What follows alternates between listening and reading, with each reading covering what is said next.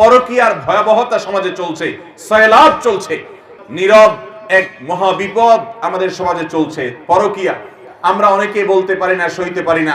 অনেক স্বামী সাফার করছেন, অনেক স্ত্রী সাফার করছেন যে তার স্বামী বহু মেয়ে আসক্ত, অনেক স্বামী সাফার করছেন যে তার স্ত্রী পরপুরুষে আসক্ত।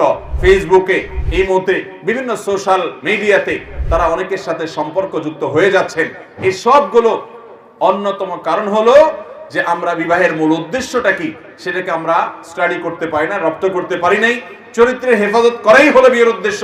সেখানে বিবাহের পরও যদি কেউ চরিত্র নষ্ট করে, এই জন্যই ইসলামী শরিয়ার দণ্ডবিধিতে সবচেয়ে জটিল, সবচেয়ে কঠিন, সবচেয়ে মর্মান্তিক শাস্তির ব্যবস্থা করা হয়েছে এই বিবাহিত মানুষ যদি জিনা লিপ্ত হয়। যারা পরকীয়া লিপ্ত হন তারা যদি জানতেন যে আল্লাহর জমিনে এই অপরাধের ভয়াবহতা কত বেশি, তাহলে তারা কোনো দিন এ পথে যেতেন না। এবং তারা যদি জানতেন যে নবী করিম সাল্লাল্লাহু আলাইহি সাল্লাম প্রত্যেকটা পুরুষকে বলেছেন, তোমার স্ত্রী আল্লাহ রাব্বুল আলামিন তার মাঝে যা দিয়েছেন দুনিয়ার অন্য সমস্ত নারীদের মধ্যে তাই দেওয়া আছে, ভিন্ন কিছু নেই।